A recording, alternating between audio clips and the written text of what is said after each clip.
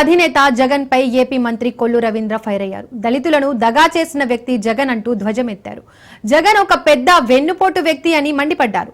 AP liquor scam case దర్యాప్తుపై అసంతృప్తి వ్యక్తం చేశారు. లిక్కర్ స్కామ్ లో ఏ వ్యక్తిని వదిలిపెట్టే ప్రసక్తే లేదని, జగన్ అయినా చట్ట ప్రకారం చర్యలు తప్పవంటున్న మంత్రి కొల్లు రవీంద్రతో మా Vijayawada correspondent Srinivas face to face.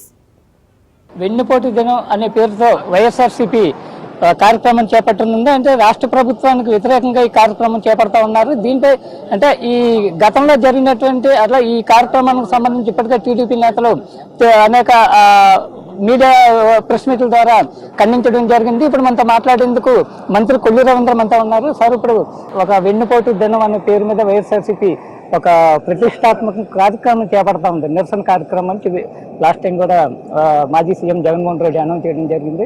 అంటే ఎందుకు ఈ వెన్నుపోటు దినం అనే టైటిల్ పెట్టి ప్రభుత్వంపై ఆరోపణలు చేసేందుకు ఈ కార్యక్రమం చేపడుతున్నారని టీడీపీ నుంచి కూడా ఆరోపణలు వచ్చాయి. దీంతో మీ కామెంట్. వెన్నుపోటు అనే పదానికి సార్థకత చేసిన వ్యక్తి జగన్మోహన్ రెడ్డి. మనం ఈ రాష్ట్రంలో చూసాం. ఒక వెన్నుపోటుదారుడిగా అతను ఈ రాష్ట్రంలోని సొంత బాబాయిని ఎత్తుకు పెంచినటువంటి బాబాయిని హత్య చేసినటువంటి వ్యక్తి. అట్లాగే తల్లి చెల్లిని తరిమేసినటువంటి వ్యక్తి.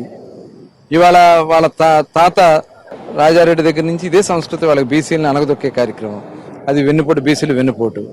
మొన్న చూసాం తోట చంద్రయ్యని కానీ, అలాగే నందం సుబ్బయ్య అని చెప్పి, అలాగే ఇక్కడ మన రేపల్లిలో చాలా మంది బీసీలని వెన్నుపోటు పొడిచింది జగన్మోహన్ రెడ్డి.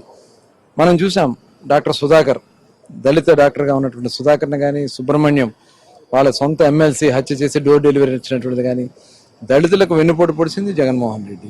ఇవాళ రాష్ట్ర అభివృద్ధికి పూర్తిగా అడ్డం పడిన వ్యక్తి జగన్మోహన్ రెడ్డి.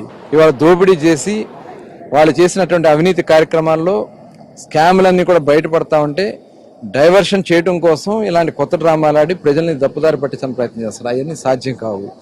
ఇవాళ తెలుగుదేశం కూటమి ప్రభుత్వం చాలా అద్భుతమైనటువంటి కార్యక్రమాన్ని మేము చేస్తా ఉన్నాం. ఇవాళ పెన్షన్లు 4,000 రూపాయలు పెంచి దాదాపు 34,000 కోట్ల రూపాయలు ప్రతి సంవత్సరం పెన్షన్ రూపాయన అందిస్తున్నాం. దాదాపు ప్రతి కుటుంబానికి 3 సిలిండర్లు చొప్పున ఇవాళ దాదాపు 1,00,000 కోటి మందికి ఇవాళ గ్యాస్ సిలిండర్ ఉచితంగా అందిస్తా ఉన్నాం. ఇవాళ రేషన్ కూడా ఇంటికి తీసుకెళ్లి అందించే కార్యక్రమానికి కూడా ఇవాళ 65 సంవత్సరాలు తీసి డిపోల్లో ఎప్పుడు కావాలంటే అప్పుడు తెచ్చుకునే విధంగా కార్యక్రమం చేస్తా ఉన్నాం. ఏదైతే ఇవాళ భూ హక్కు చట్టాన్ని రద్దు చేశాం, అన్నా క్యాంటీన్లు తెరిపించాం. ఇవాళ దాదాపు టీచర్ ఉద్యోగాల దగ్గర 16,000 17,000 డిఎస్సి పోస్టులు కండక్ట్ చేయబోతున్నాం. 20 లక్షల ఎంప్లాయ్మెంట్ చేయడానికి ప్రయత్నాలు చేస్తున్నాం. ఇవాళ ఇరిగేషన్ ప్రాజెక్టులు చేస్తున్నాం. పోలవరం స్టార్ట్ చేశాం. అమరావతి మళ్లీ నిర్మాణం స్టార్ట్ చేశాం. అలాగే రాయలసీమ కానీ, ఉత్తరాంధ్రలో కానీ అభివృద్ధి కార్యక్రమాలు పెద్ద ఎత్తున కార్యక్రమాలు చేస్తా ఉన్నాం. ఇవన్నీ చూసి తట్టుకోలేక ఇలా దుర్మార్గమైనటువంటి ఆలోచనలు చేస్తూ రాష్ట్ర ప్రజల్ని, పెట్టుబడిదారుల్ని భయపెట్టడానికి ప్రయత్నం చేస్తున్నాడు. అది నీ వల్ల కాదు. జగన్మోహన్ రెడ్డి అధికారులను బెదిరిస్తాడు, బట్టలు ఓడదీస్తాను. ఏంది ఈ సంస్కృతి? ఇలాంటి వ్యక్తిని మళ్ళీ ప్రజలు ఆలోచించాలి. ఈ దరిదాపులు రాకుండా ఆ నాయకులను తరిమి కొట్టాలని కోరుతాను. సార్, ఇప్పుడు లిక్కర్ స్కామ్ లో పూర్తిగా అది గతంలో 2019 ముందే టీడీపీ ప్రభుత్వంలోనే లిక్కర్ స్కామ్ అనేది జరిగిందని మొన్న రీసెంట్ గా జగన్మోహన్ రెడ్డి ప్రెస్ మీట్ లో ఆరోపించడం జరిగింది. అంటే లిక్కర్ స్కామ్ కి వైఎస్ఆర్సీపీ నేతలకి ఆ ప్రభుత్వానికి సంబంధం లేదంటున్నారు. అంటే ఈ స్కామ్ అనేది మీ హయాంలోనే వచ్చింది అంటున్నారు. మరి ఏం చేశాడు 5 ఏళ్ళు?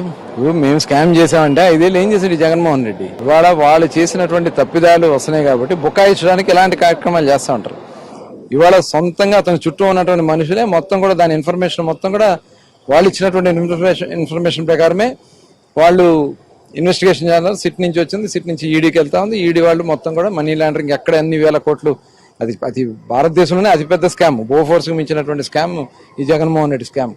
డెఫినెట్గా ఎవరు తప్పించుకోలేరు. ఇవన్నీ డైవర్ట్ చేయడం కోసమే ఈ రకంగా ప్రెస్ మీట్లు పెట్టించడం, మాట్లాడటం, ఇలా వెన్నుపోటు దినోత్సవాలను ఇలాంటి తప్పుడు కార్యక్రమాలని చేస్తాం. ఇప్పుడు ఐఏఎస్ ఐపీఎస్ గతంలో అరెస్టులు చేయడం, రిమాండ్లు పంపడం, అట్లాగే వాళ్ళని టార్చర్ పెట్టడం అనేది గతంలో ఎన్నడూ కూడా ఏ ప్రభుత్వంలో జరగలేదని ఒక ఆరోపణ. దీంతో మీరేమన్నా? అరే, స్కామ్ లో ఇన్వాల్వ్ అయితే వాళ్ళని అరెస్ట్ చేయొద్దా? ఇప్పుడు మొన్న జగన్మోహన్ రెడ్డికి కొంతమంది అధికారులు వాళ్ళు సొంత జాగీర్దారులాగా వర్క్ చేశారు. సొంత వాళ్ళ ఇంట్లో కుటుంబ సభ్యుల్లాగా వాళ్ళతో స్కాములు చేయించారు. ఇవాళ వాళ్ళు చేసినటువంటి పాపాలు ఐఏఎస్లు అయితే వదిలేయాలా, లేదా ఐపీఎస్లు అయితే వదిలేయాలా? తప్పు చేస్తే ఎవరినైనా సరే ఈ దేశంలో వాళ్ళ మీద చర్యలు తీసుకునే అధికారాలు ప్రభుత్వాలకు ఉంటాయి. వాళ్ళు చేశారు కాబట్టి దానికి ఇన్వెస్టిగేషన్ టీం ఉంది, ఈడీ ఉంది. ఎవరి అకౌంట్లో ఎన్ని డబ్బులు పడినాయో వాళ్ళు మొత్తం కూడా ఇన్ఫర్మేషన్ తీస్తారు. దాని ప్రకారం జరుగుతుంది అంతా. ఇప్పుడు ఈ లిక్కర్ స్కామ్ అరెస్టులు ముందస్తు వీళ్ళందరినీ అరెస్ట్ చేయడం అనేది నెక్స్ట్ ఫర్దర్ గా జగన్మోహన్ రెడ్డికి అరెస్ట్ కి రంగం సిద్ధం అవుతుంది అనేది కూడా ఒక సంకేతాలు ఇప్పటికే వెళ్తా ఉన్నాయి. దీంట్లో మీరేమంటారు? జగన్మోహన్ రెడ్డి కాదు, ఎవరు ఇన్వాల్వ్మెంట్ ఉన్నా వాళ్ళందరూ అరెస్ట్ అవుతారు. తెనాలి ఇప్పుడు రీసెంట్ గా జరిగినటువంటి రోడ్డు మీద ఒక ముగ్గురు అంటే వాళ్ళ మీద నేర చరిత్ర ఉందని కూడా పోలీసులు వాళ్ళని అంటే అరికాలపై కొట్టడం జరిగింది. దాన్ని వైఎస్ఆర్సీపీ పూర్తిగా అంటే దాన్ని వైరల్ చేయడం కూడా జరుగుతుంది. అది ఎంతవరకు కరెక్ట్ అంటారు? లేదనుకుంటే నేరస్తులను బహిరంగంగా శిక్షించవచ్చా? అంటే అధికారులు మీద దాడి చేసిన వాళ్ళని, గంజాయి మత్తులో చేసిన వాళ్ళని వదిలేయాలి మనం? ఇవాళ వాళ్ళు తప్పు చేశారు కాబట్టి ఖచ్చితంగా వాళ్ళ మీద ఎలా చేయాలో దానికి ఒక చట్టం ఉన్నాయి. ఆ చట్ట ప్రకారం ముందుకెళ్తాం జరుగుతుంది. రాష్ట్ర వ్యాప్తంగా ఉన్నటువంటి ఈ స్కామ్స్ ఏవైతే ఉన్నాయో టీడీపీ హయాంలో వెలుగులోకి వచ్చాయో వాటన్నిటిపైన ఖచ్చితంగా పూర్తి స్థాయిలో విచారణ జరుగుతుంది. దీని వెనుక ఎవరున్నప్పటికీ కూడా ఎట్టి పరిస్థితుల్లో ఎవరున్నా ఉదాహరణకు దీనికి మూలకారకుడు వైఎస్ఆర్ జగన్మోహన్ రెడ్డి అయినప్పటికీ కూడా ఎవరిని వదిలిపెట్టే ప్రసక్తే లేదని కూడా మంత్రి కొల్లు రవీంద్ర చెప్పడం జరిగింది. కెమెరామెన్ కిరణ్తో ఐ శ్రీనివాస్, కృష్ణా జిల్లా, మచిలీపట్నం.